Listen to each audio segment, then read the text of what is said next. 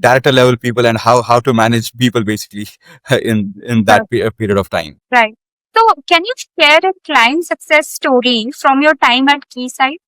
Yes, there are multiple client stories from Keysight because I am in a client facing role. I am representing Keysight. I handle all MNCs which are right now in India, all MNCs basically which work in the semiconductor domain. So, Right. one of the examples I can give of customer success is where I had a deal with one of my customers. Then the deal value was pretty around $500,000, and then there came the competition part also, and the way we handle the competition part, then how do we negotiate it with the customer, and finally last month I could close that deal around $300K. I could close that deal for my company in Right. Keysight.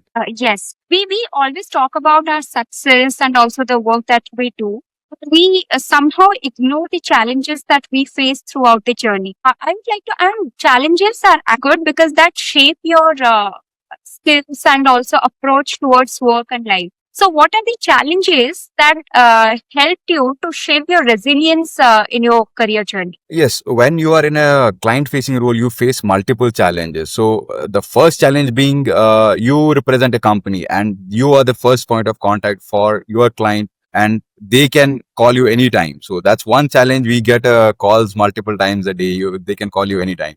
The next biggest challenge is the role which I am currently at is a center of a combination of all the roles where I have to coordinate with the engineering teams. I have to coordinate with the logistics team. I have to coordinate with the external customers, and multiple uh, people are involved in this process. So handling people basically is the most challenging part of this journey, and that's how I have built the relationship with the people, and that has helped me how to navigate these kind of challenges within this role. And Right. yeah, Yeah. and I would say, I mean, one of the best parts of this role is I get to travel a lot. So I traveled all across the country or outside the country also.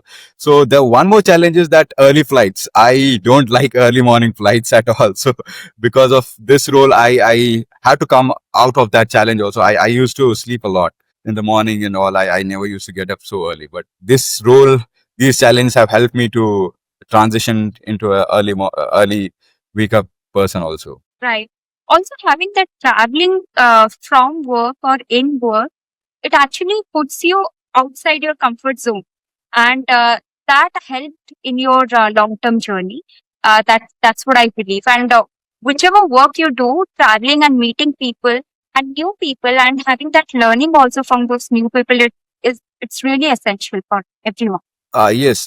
In fact, my passion was like I get a job where I get to travel a lot because I am a full-time traveler. So I have traveled multiple states across India. In Karnataka, I love driving.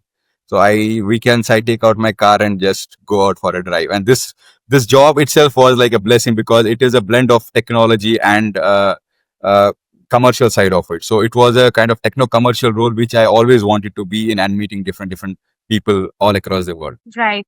What would be your advice to students who would like to become a change maker uh, in like tech and also management? Yeah, Nita, it's a good question actually. When I was doing an MBA, I used to ask multiple people about like what should we do as an MBA grads or as an engineering students. I used to meet multiple CEOs at that time also because I was passionate about management fests and all.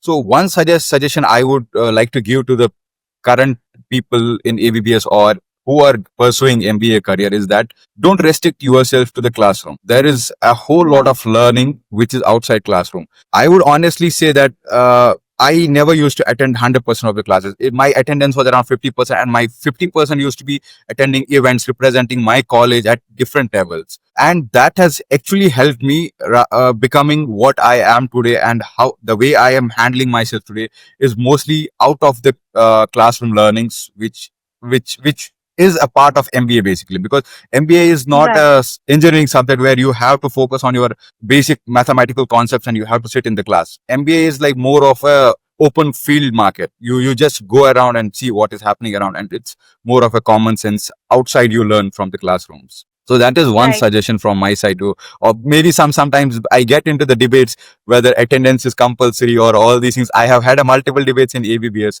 regarding that also. So, but yeah, what I feel is like outside learning is very important. Go attend all the fests. There are multiple fests, and Bangalore is like hub of all those management fests. All these engineering fests are happening around. Just take part in those, attend those. It is a tremendous learning outside classroom. Right. I also believe that ABPS is situated in a region which is called as the Silicon Valley of India. So it is an advantage for students who are taking admission in ABPS because it's in Bangalore and it's a hub of networking, I would say. So go out and just fulfill that minimum requirement that is required for the academics. Apart from that, like whatever the time you have, just build on that network. Yeah, I think even the ABBS management has helped me in that way. I mean, I would appreciate the management for allowing me to attend all those festivals representing my college. It doesn't matter whether I won the trophy or lost the trophy, or I still remember I lost one of the trophies with one of the Gibbs. There's a college called Gibbs. I still remember I lost by 1.5 point. It was a competition for best CEO, and I lost it by 1 mark. And then I spoke to Venkatesh sir, and then we had a different conversation regarding that. How do we come up out of these failures, and then how do those failures make you in shape you basically and help you in the learning process? Exactly. Failures are nothing but some kind of learning. So there is nothing like failure and winning. It is always winning or learning. Yeah, So, exactly. all right. It was really an insightful conversation with you. And thank you so much for joining us in today. Thank you, Nita.